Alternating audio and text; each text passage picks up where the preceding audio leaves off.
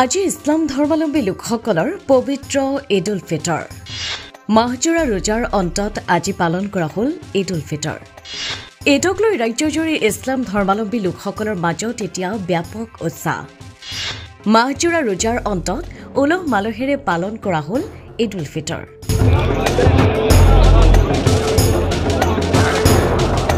হয়, আজি পবিত্ৰ ঈদ উল ফিতৰ মাহজোৰা উপবাসৰ অন্তত আজি ইছলাম ধৰ্মাৱলম্বী লোকসকলে উদযাপন কৰিছে ঈদ।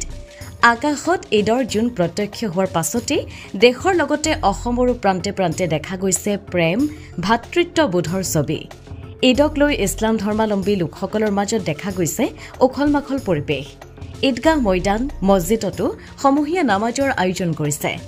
প্ৰেম ভাতৃত্ববোধৰ বাৰ্তাৰে ইজনে সিজনক জনাইছে ঈদৰ শুভেচ্ছা।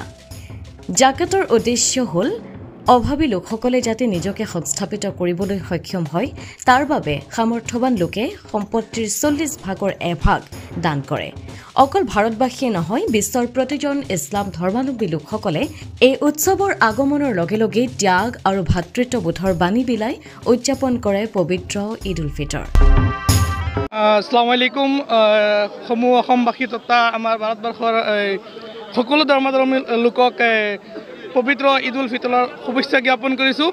আৰু আজিৰ দিনতে আমি সকলোৱে এইটো আহ্বান কৰিব বিচাৰিছোঁ যে আমি সকলো ধৰ্মই শান্তি সম্প্ৰীতিৰে ঈদ উল ফিতৰ পালন কৰিবলৈ আৰু আজিৰ দিনত আমাৰ সকলো ধৰ্মৰ মাজত ধৰ্মী লোকৰ মাজত শান্তি আৰু সম্প্ৰীতি ভাতৃত্ববোধ একেলগে আমি সকলোৱে যে আজিৰ দিনটো উদযাপন কৰিব পাৰোঁ।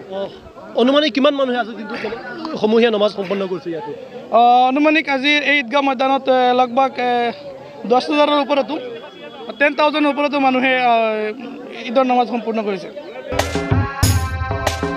নিউজ ডেস্ক, ই নিউজ প্লাছ।